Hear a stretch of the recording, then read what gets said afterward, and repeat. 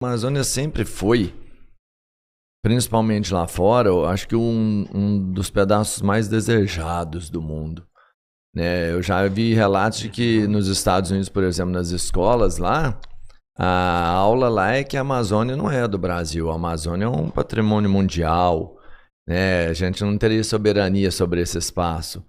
E a gente que vive aqui, acho que todo mundo já sabe da quantidade de riquezas que existem lá dentro, né? O interesse não é só pela floresta, não é só pelo ar, não é só pela água. É por tudo que tem ali dentro.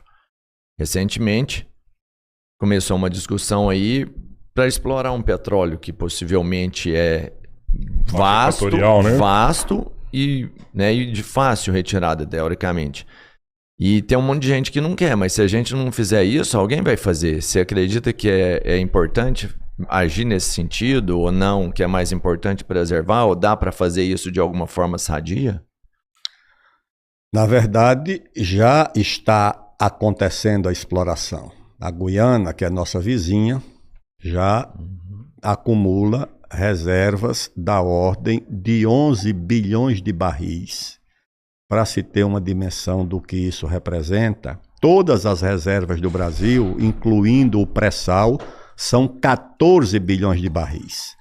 As reservas da Guiana acumuladas em 5 anos na margem equatorial, que é apenas uma parcela pequena da margem equatorial, que está quase toda no Brasil, começando no Rio Grande do Norte, a margem equatorial do Brasil vai até a fronteira com a Guiana Francesa, ali no Oiapoque.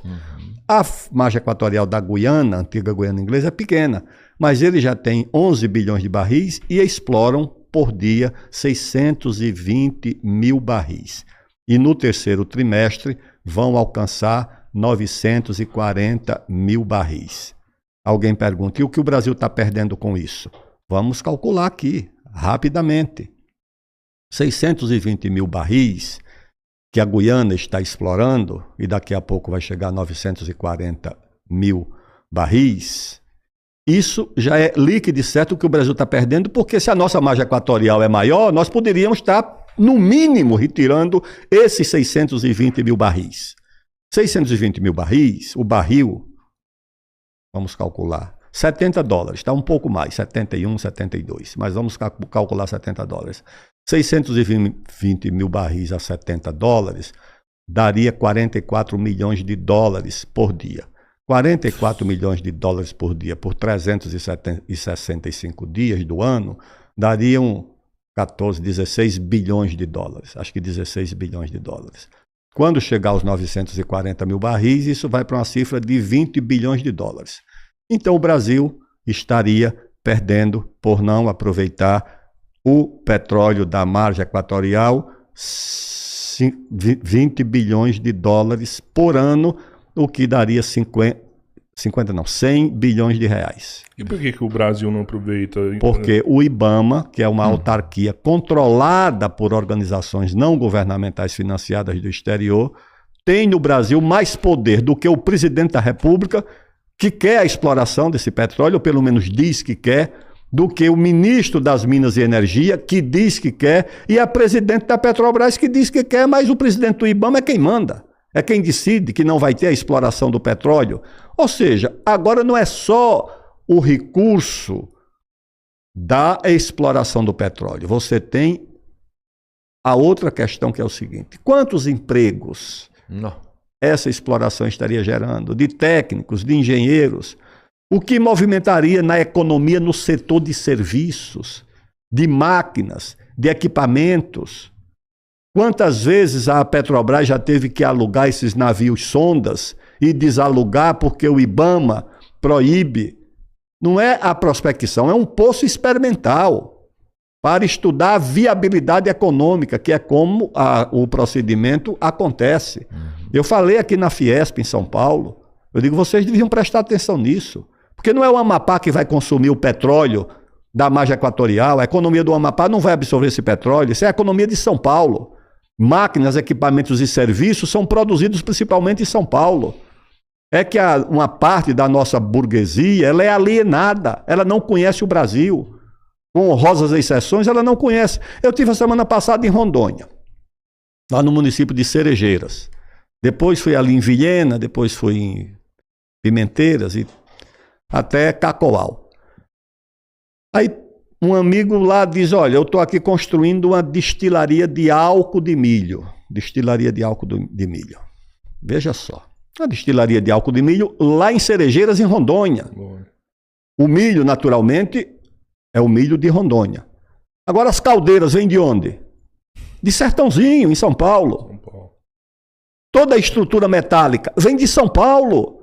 Ou seja, a economia da agropecuária, da fronteira da agropecuária do Brasil, no Mato Grosso e Rondônia, movimentando a indústria metalúrgica de São Paulo.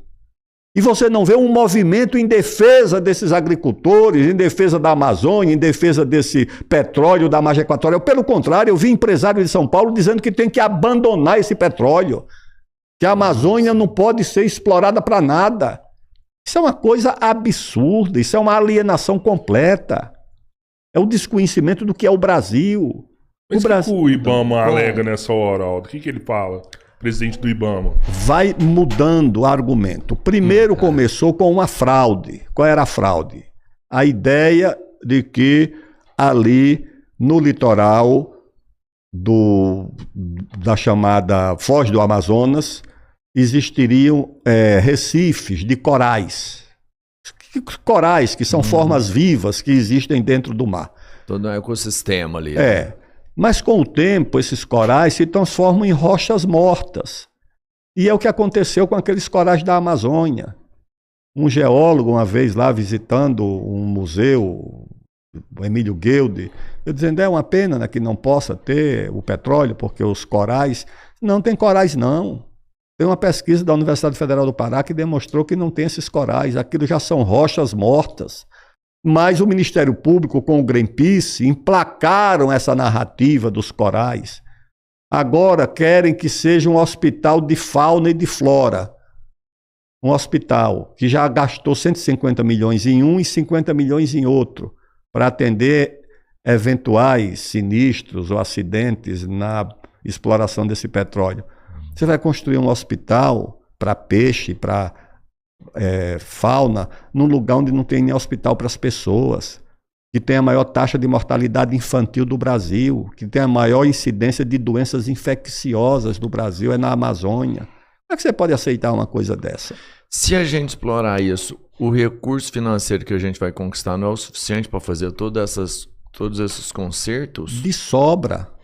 De sobra. Não é significante fazer isso? Não é importante, não é inteligente agir dessa forma? Completamente. E você vai abrir perspectiva para a juventude. Eu fui fazer uma palestra no Amapá, o reitor da Universidade Federal perguntou-lhe, o senhor acha que eu posso abrir um curso de engenharia de petróleo e gás? Eu digo, o senhor vai mandar esses meninos trabalhar onde? Só se mandar para a Guiana, para a Noruega, para a Inglaterra, porque na Guiana, na Noruega e na Inglaterra, você pode explorar petróleo no mar. Esse presidente do IBAMA foi a Londres, disse que o petróleo era uma tecnologia do passado, embarcou de volta para o Brasil. No outro dia, o primeiro-ministro britânico autorizou a abertura de novos 100 poços no Mar do Norte. A Noruega disse que não vai apenas explorar o petróleo do fundo do mar, vai explorar também as chamadas terras raras. Todos os minerais estratégicos que tem no fundo do mar, eles vão tirar. Sim. Aliás, já está uma disputa sobre a jurisdição desses recursos do fundo do mar. Isso é de quem? E nós aqui proibindo. E o nosso governo não tem autonomia sobre o IBAMA? A gente não consegue... Tem. Por essa razão é que eu digo que o presidente da República não é inocente nessa questão. Porque, aliás, a decisão dos técnicos do IBAMA, nem definitiva ela pode ser modificada pelo presidente do IBAMA. O presidente do IBAMA é um cargo político, não é um cargo técnico. É um deputado aqui de São Paulo, prefeito de Bauru, que eu acho que mal conhece a Amazônia. Mal não, muito mal. Mas o presidente da República é quem nomeia. O presidente do IBAMA, ele não é um biólogo, não é uma pessoa capacitada para aquele cargo, é um cargo político. Político, claro que é político. Deputado e prefeito de Bauru. E o Conselho Nacional do Meio Ambiente fala sobre isso? Que eles também têm uma influência nessa decisão, não tem? CONAR? Fala nada. Que eu já ouvi falar também que não tem um CRBio no Conselho Nacional de Meio Ambiente. Todos os representantes políticos lá dentro. Olha, esse conselho não tem se pronunciado sobre nada. Quem tem falado sobre essa questão do Amapá é o governo do Amapá. Aliás, eu tive há poucos dias lá no Amapá, num seminário promovido pelo Tribunal de Contas. Estava lá o governador, o vice-governador.